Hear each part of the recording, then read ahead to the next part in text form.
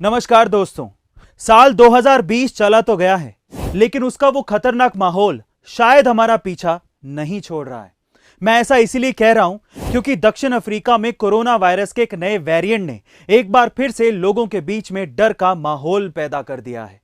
Covid के इस नए स्ट्रेन को ओमिक्रॉन नाम दिया गया है।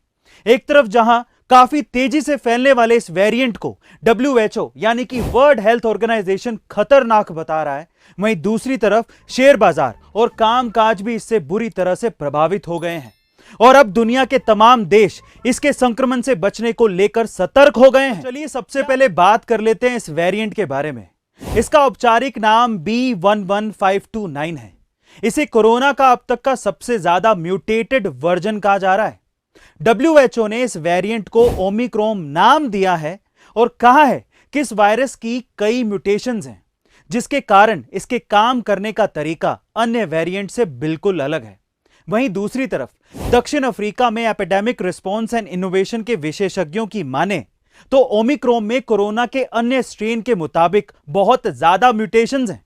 इस वेरिएंट में अब तक 50 म्यूटेशंस का पता लगाया जा चुका है और इसमें स्पाइक प्रोटीन के 30 से ज्यादा म्यूटेशंस मिले हैं और इसी से वायरस हमारे शरीर की कोशिकाओं में प्रवेश करता है। यही नहीं, वैक्सीन के जरिए भी इसी स्पाइक प्रोटीन को निशाना बनाया जाता है और इसीलिए यह डेल्टा वेरिएंट की तुलना में 7 गुना ज्यादा खतरनाक माना जा रहा है, क्योंकि ओमिक्रॉन के रिसेप्टर बाइंडिंग डोमेन में 10 तरह के म्यूटेशंस पाए गए हैं, जबकि डेल्टा में इस तरह के सिर्फ 2 ही म्यूटेशंस पाए गए थे।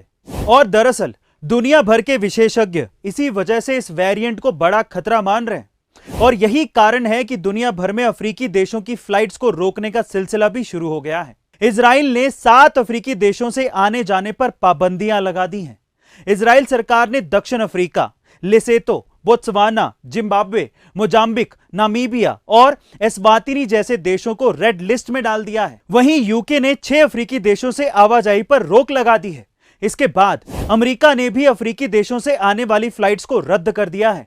यहां तक कि भारत सरकार ने भी इन देशों की सभी फ्लाइट्स पर रोक लगा दी है और इसी आवाजाही का रुक जाना ही असली वजह बनी कि शेयर मार्केट बुरी तरीके से नीचे गिर गए।